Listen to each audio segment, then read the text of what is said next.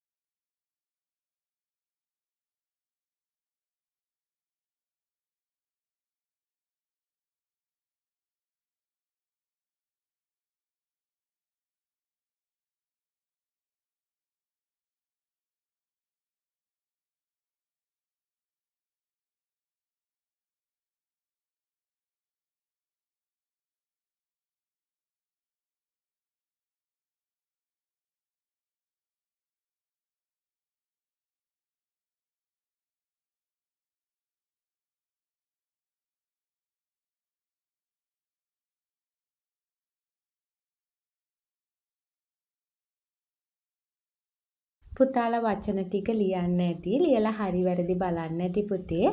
ඔන්න අපි ආයෙම යනවා පුතේ. අමතර දේවල් ඔක්කොම දැන් ඉගෙනගෙන ඉවරයි. අපි යනවා ආයෙම JFT පොතටනේ. බලන්න පුතේ මේකේ 3 කියලා දාලා කියනවා. නොබාසු ඔතෝ සුමාරු ඔතෝ ni චූයිෂිතේ යොමිමාෂෝනේ.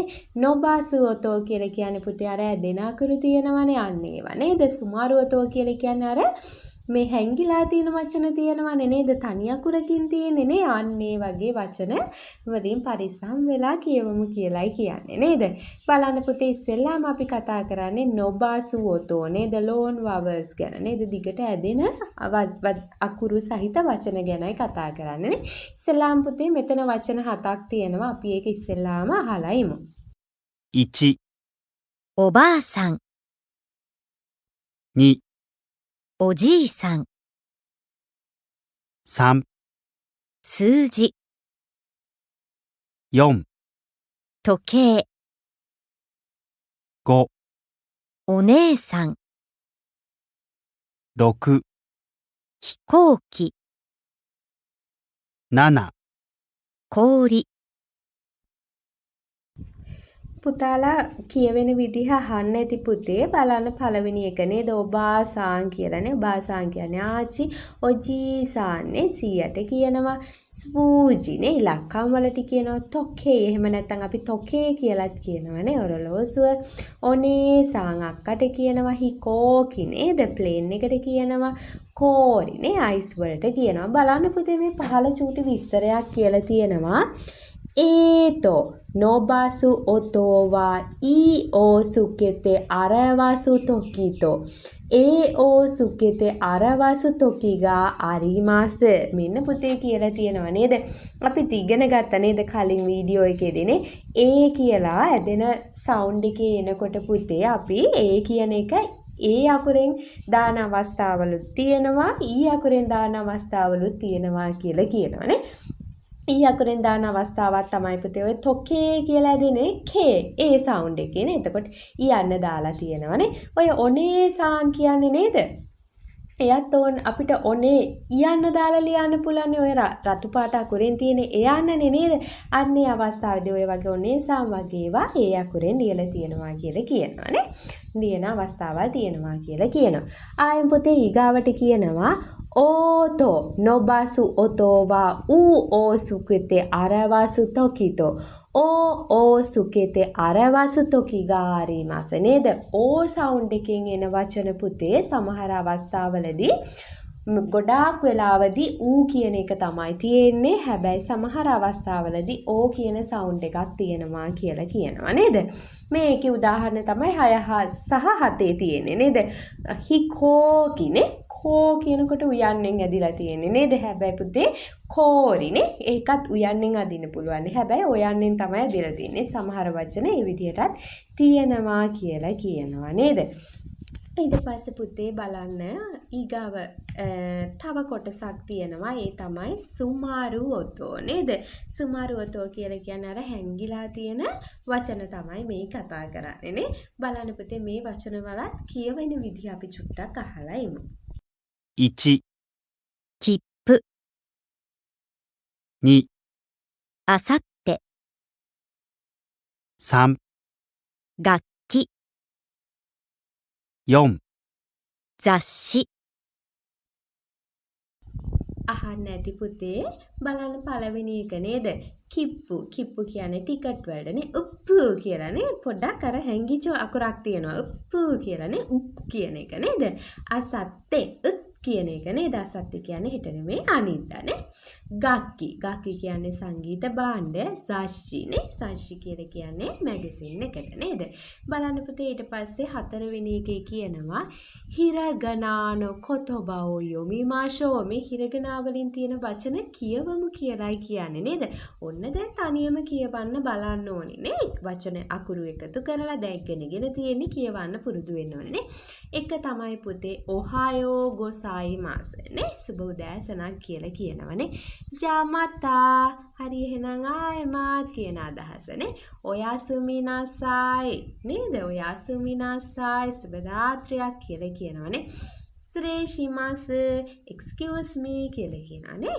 පස්වෙනි එක කියනවා පුතේ අරිගතෝ ගොසයිමාසු නේද? අරිගතෝ ගොසයිමාසු ස්තුතියි කියලා කියනවානේ. දෝමෝ නේ ස්තුතියි කියන එකම තමයිනේ. හත්වෙනි එකේ කියනවා සුමිමාසෙන් සමා වෙන්න කියලා කියනවානේ. දැන් ඔන්න තනියම මේවා කියව ගන්න පුළුවන් වෙන්න ඕනේ නේ. බලන්න පුතේ ඊට පස්සේ පස්වෙනි එකේ කියනවා නේද? උයේ නොකොතබෝ කීබෝඩෝ යසුමාතෝ ෆෝන් දේ නියුරොකුෂිමාෂෝ නේද? අපි පුතේ කීබෝඩ් එකෙන් හරිනේ කම්පියුටර් එකේ කීබෝඩ් එකෙන් හරි ස්මාර්ට් ෆෝන් එකේ ජපනීස් නේද? දාගෙන හරි චුට්ටක් ටයිප් කරලා බලන්න කියලා කියනවා නේද? මෙතනින් පුතේ අපි JFT පොතේ පළමුවෙනි කොටසේ තියෙන ඔහායෝ ගොසයිමස් කියන පාඩම අවසන් කරනවා පුතේ. ඊට පස්සේ අපි දෙවෙනි කොටසට යනවා නේද? මේ මගේ වීඩියෝත් එක්ක රැඳිලා හිටපු ඔයාලා හැමෝටම ස්තුතියි.